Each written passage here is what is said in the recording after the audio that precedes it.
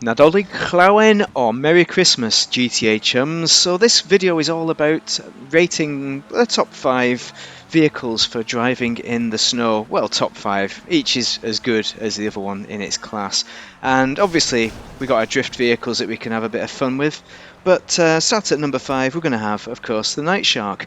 Now, this is an armoured vehicle. It can take a million Mark to press a missile, so for that reason it's worth cracking on in session. It's all-wheel drive. It's got good grip. It's got a good bit of beef to it, but it's not the fastest. But it is alright.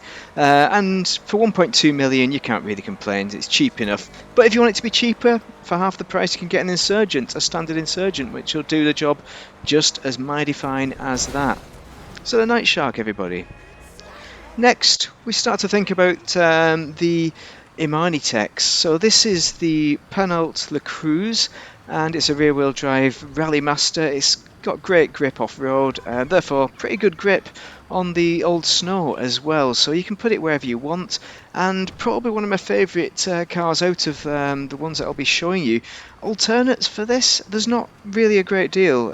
You could pick a number of them, but this is probably as good as it gets with regards to snow vehicles with the Imani-tech. It only has the Imani-tech missile lock-on jammer. It doesn't have the armour on it, I don't think. But if you put the Fuckaroo banner on the front, that'll give you extra armour with a glitch, so that is always nice.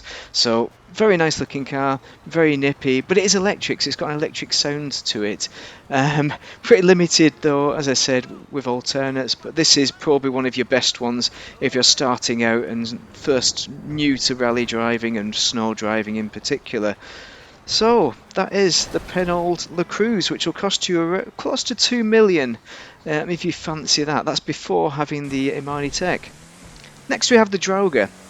This is the off-road champion, the best at off-road, although it is beaten by the most recent one, the Shogun or Pajero, which is HSW. That's why it's better HSW, but it's not really as good at off-road, I don't think, because it's got a shorter wheelbase. This is a lot more sturdy off-road, got a lot, it seems to have a fair bit more grip as well, a lot more solid just for doing general off-roading. You can do off-road races with it as well, the Drauga. But as you can tell, it's got excellent grip, even on the snow up these mountains. Look at the angle on that, and it's still got some beef, and it's still going up. Pretty damn good, the Drauga. 1.4 million, which is a reasonable price. I don't know if I've seen the price wrong there, but that's the price of it. That wasn't a discounted price, I don't think. But yeah, definitely worth purchasing for that price. An alternate to it is the Trophy Truck, which is 550 grand. Less than half the price, so if you're new to off-roading, the Trophy Truck is the one, and the performance isn't that much more different. It's just this one is a lot more solid than the Trophy Truck, but look at that, this is near vertical and it was holding on there. Next we have the Chateau, number 2 here. And this is actually a great bike. It's got so much grip, it is unreal. Remember, we're driving on snow here and it is still just speeding around. If you want to drive something as if you're driving normally, this is probably your number 1 choice. I think it's better than the Le Cruise, really, because it's super fast as well. It's having a hell of a lot of grip and great cornering. The only problem is it's a motorbike, so if you're not into motorbikes and you fall off quite a lot, then it's not going to be for you. And I don't think there's another motorbike that compares to it, really. At least not in the snow. And you can do it off-road as well. It will climb Mount Chiliad better than anything else. It's got some of the best times, if not the best time. So very nice. And this is just driving around on my first drive as well, and I did not fall off once, to show you how good it is, how forgiving it is with all that grip.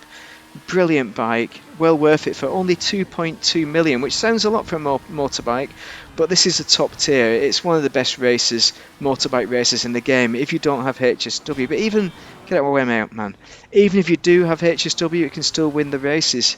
It's a great one. Number 1 is the Ignis. It's always my favourite. It's all-wheel drive, the Ignis, and it's just fast, and it's got a decent amount of grip while also having a bit of slip, so you can slide it around the corners. You can do a few kind of drifts as well in it. So, but it's not an absolute drift car at all, because it's got a lot of grip. So it's got the pace and it's got the grip to just drive around. and you can have a damn good time in it, basically just getting around in session and just having fun throwing it around in corners without worrying too much.